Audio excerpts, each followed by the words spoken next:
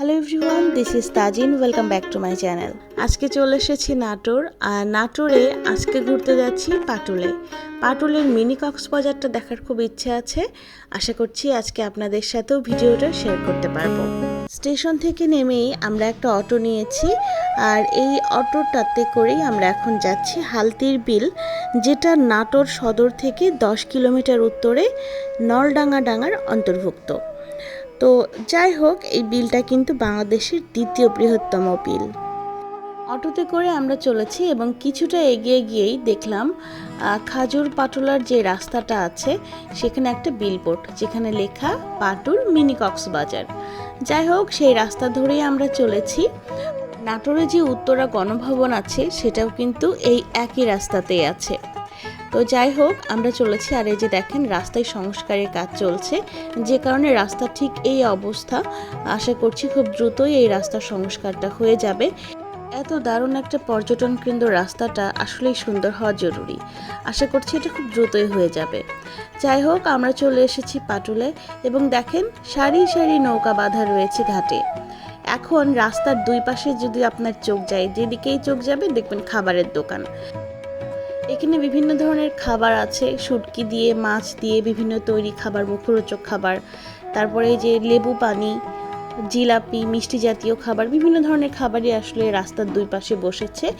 আর এই যে সমানভাবে দেখেন চলে গিয়েছে একটা রাস্তা, আর রাস্তার দুই পাশে উত্তাল জলরাশি। এত দারুণ এই রাস্তাটা। দেখেন দুই পাশে শুধু বিল, আর এই যে মাঝখানে রাস্তাটা ধরে মানুষজন চলে যাচ্ছে। দেখতে কিন্তু দারুণ লাগছে, তাই না?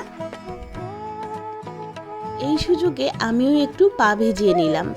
যাই হোক, এখানে কিন্তু আপনারা এই নৌকাগুলো যে বাঁধা আছে ঘাটে, এগুলোকে ভাড়া করতে পারবেন। এগুলো যদি জনপ্রতি নেয় 50 টাকা করে, আর আপনারা যদি রিজার্ভে যান সেক্ষেত্রে ওরা 500 টাকা চেয়ে থাকে।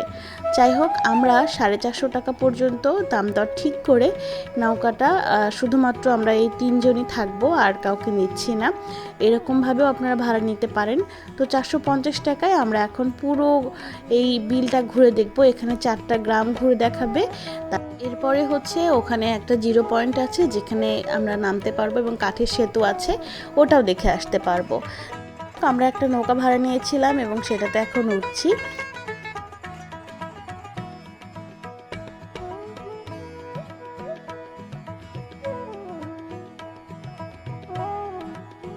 এইভাবে নৌকা ভ্রমণ আমার জীবনে আসলে প্রথম। এভাবে কখনোই নৌকাতে ওঠা হয়নি, তাই প্রথমের দিকে আমি এবং ইহান আসলে দুজনেরই, যেহেতু এভাবে নৌকায় ওঠা প্রথম, তাই আমি আর ইহান একটু ভয় পাচ্ছিলাম। তো ইহানের বাবা, ও নাকি কখনো ওঠেনি, ওরও প্রথম, কিন্তু তারপরও ওর ভিতরে আসলে ওই ভয়টা কাজ করছে না, যেটা আমাদের মা ছেলের মধ্যে ভয় কাজ করছিল। কিন্তু এভাবে বেশ কিছুক্ষণ যাওয়ার পরে, প্রায় 10 মিনিটের মতো যাওয়ার পরে, আমরা আসলে খুব উপভোগ করা শুরু করেছিলাম। আমার আগে কিন্তু ইহানের ভয়টাই আগে কেটে গিয়েছিল, তো ও খুব খুশি হচ্ছিল। আর আশেপাশে এভাবে আমাদের সাথেই অন্যান্য নৌকাগুলোও চলছিল, যেগুলো দেখতে দেখেন কত ভালো লাগছে।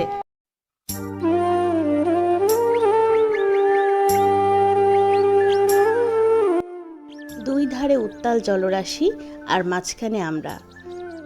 দুই ধারে উত্তাল জলরাশি, আর মাঝখানে আমাদের নৌকাটা বয়ে চলেছে। মাঝে মাঝে যখন একটু ঢেউ খেলে যাচ্ছিল, তখন ভীষণ ভয় লাগছিল, তবে খুব বেশি ঢেউ ছিল না, যেহেতু আকাশটা খুবই পরিষ্কার ছিল আর বৃষ্টিও ছিল না। আপনারা যদি কখনো আসতে চান, সেক্ষেত্রে এখন তো ওয়েদার দেখার খুব ভালো সুযোগ সুবিধা আছে, সেটা দেখে তারপরে আসতে পারেন। এই মুহূর্তে ইহান ভীষণ মজা পাচ্ছে, ওর বাবাকে নিজেই এটা সেটা দেখাচ্ছে আর খুব খুশি হচ্ছিল। আমাদের নৌকাটা যে মামা চালাচ্ছিল, সেই মামাটা আমাদের বারবার বলছিল যে এখানে আসলে ভয়ের কোনো কারণ নেই, কারণ এখানে পানি নাকি খুব বেশি নেই, বলছিল যে গলা পর্যন্ত আছে। আসলে আমরা দুজনের একজনও সাঁতার জানি না, সে কারণে আসলে আমার এত ভয় লাগছিল, কিন্তু পুরো জার্নিটা খুব মজার ছিল।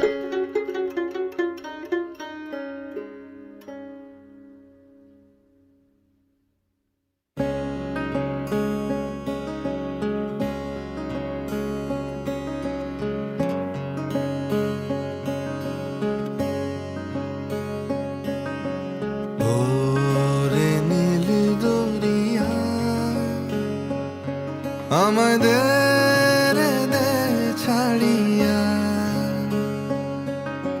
বন্দি হইয়া মনোয়া পাখি হায় রে কান্দে রইয়া রইয়া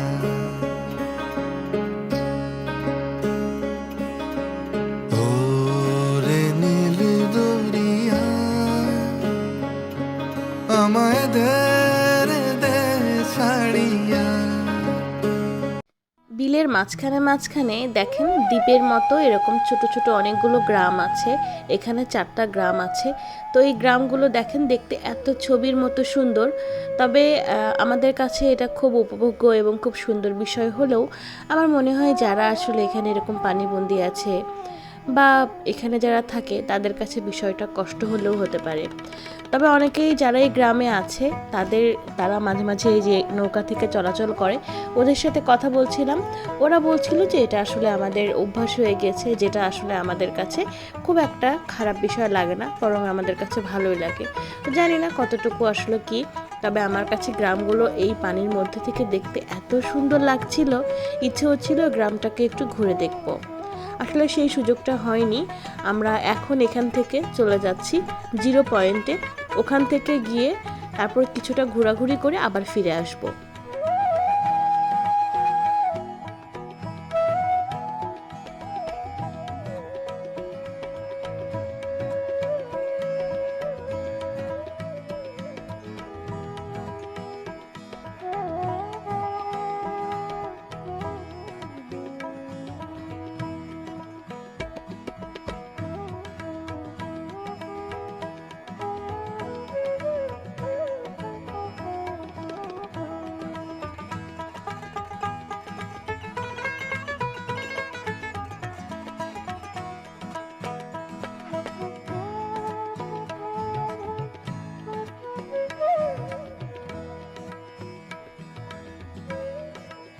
আমাদের নৌকাটা 0 পয়েন্টের কাছাকাছি চলে এসেছে আর আমরা এখন এখানে নেমে যাব। এখানে অনেকেই গোসল করে, ছবি তোলে। এখানে অনেকে দেখলাম যারা ছেলেরা আছে বন্ধুদের সাথে এসেছে, তারা কিন্তু পোশাক আশাক নিয়ে এসেছে ব্যাগে করে, এবং এখানে ওরা গোসলও করছে, দেখলাম খুব মজা করছে। তো এখানে অনেকগুলো খাবারের স্টল আছে, দোকান আছে। এখানে ঘোরাঘুরি করার পরে ওই সাইডটাতে অনেকগুলো হাঁস আছে। হাঁসগুলো এখানে যেহেতু পানি, এবং পানিতে আমরা জানি যে হাঁস খুব পছন্দ করে খেলা করতে, যেগুলো দেখতেও খুবই ভালো লাগছিল। ওই যে দেখেন 0 লেখা আছে, এখানে অনেকে ছবি তুলছিল। আর এটা হচ্ছে একটা কাঠের ব্রিজ। ওই পাশে কিন্তু কফি শপ আছে, আপনারা চাইলে কফি শপে গিয়ে পানির যেই জলরাশি ওটা দেখতে দেখতে কফিটা উপভোগ করতে পারেন। এখানে ঘোরাঘুরি এবং হালকা নাস্তা শেষে আমরা এখন ফিরে যাচ্ছি। এই পর্যায়ে রোদ ভীষণ, একদম মাথার উপরে সূর্যটা, যে কারণে আমরা এখন এই নৌকার ভিতরে ছাউনির মধ্যে বসে আছি। তো এখন ফিরে যাওয়ার সময় আমার কাছে মনে হয়েছে খুব দ্রুত সময় নিয়ে আমরা চলে গেছি। দেখেন ছেলেরা কত আনন্দ করছে, গোসল করছে। আর এখানে আসলে সবাই যারা থাকে গ্রামের, আমি যাদের সাথে কথা বলেছি তারা বলেছে এখানকার বাচ্চারাও খুব মজা নেয়, কারণ এখানে 6 মাস পর্যন্ত এরকম পানি থাকে, বাকি 6 মাস নাকি শুষ্ক থাকে, এবং এখানে শীতকালীন সবজিও আবাদ হয়।